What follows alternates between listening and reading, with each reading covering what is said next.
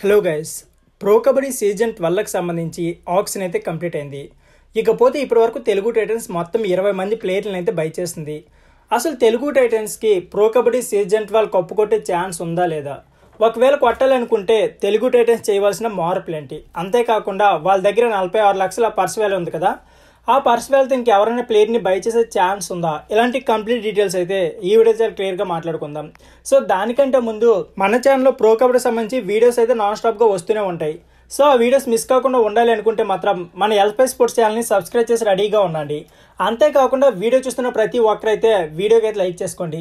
Views బాగానే వస్తున్నాయి కానీ వీడియో చూస్తున్న ప్రతి ఒక్కరైతే లైక్ చేయడం లేదు. సో లైక్ చేయండి. ఇక లేట్ చేయకుండా వీడియోని అయితే స్టార్ట్ చేసేద్దాం. ప్రో కబడ్డీ సీజన్ 12 ఆక్షన్లో తెలుగు టైటన్స్ చేసిన మేజర్ మిస్టేక్ ఏదైనా ఉందంటే అది పవన్ కుమార్ శరావత్ అయితే ఆక్షన్లో తీసుకోకపోవడం. పవన్ కుమార్ శరావత్ కు రీప్లేస్ గా తీసుకున్న బర్తోడక్ అయితే ప్రో కబడ్డీ అంత మంచి రికార్డ్ అయితే లేదు. సో ఖచ్చితంగా పవన్ కుమార్ శరావత్ పై ఎల్లుంటే బాగుండేది అనిపించింది. బట్ ఇప్పుడున్న టీంతో అయితే ప్రో కబడ్డీ సీజన్ 12 కప్పు కొట్టలేదా అంటే 50-50 ఛాన్స్ అయితే ఉన్నాయి. ఇప్పటికే తెలుగు టైటన్స్ కోచ్ అయితే నేనైతే సాటిస్ఫైగా ఉన్నాను.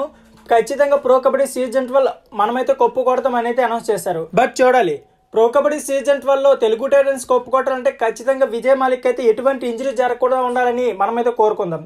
ఎందుకంటే ఈ టీంలో అయితే మెయిన్ విజయ్ మాలిక్ అని చెప్పుకోవచ్చు. ఎందుకంటే ఎక్స్పీరియన్స్ అయితే అతనికి ఎక్కువగా ఉంది. అంతేకాకుండా అతను ఎలాంటి ఆల్రౌండర్ మన అందరికీ తెలిసిందే. లాస్ట్ టైం పవన్ కుమార్ శరావత్ లేకపోయినా సరే టీంని ముందుండి ఎలా నడిపించారో మనం ప్రత్యేకంగా చెప్పుకోవాల్సిన అవసరం లేదు. ఇక తెలుగు టైటన్స్ అయితే లాస్ట్ ఇయర్ కి జస్ట్ 2 చేంజ్ అయితే చేసింది.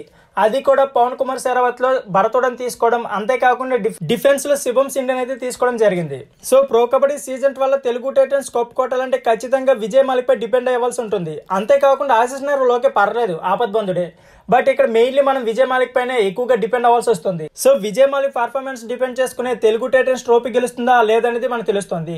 అంతేకాకుండా విజయ్ మాలిక్ అలాగే ఆశీష్ నార్వాల్కు భరతోడ్ అయితే కొద్దిగా సపోర్ట్ ఇవ్వాలి. సో ఫ్రెండ్స్, ఇదే వీడియో. ఈ వీడియో నచ్చితే please like and subscribe channel. Thank you for watching.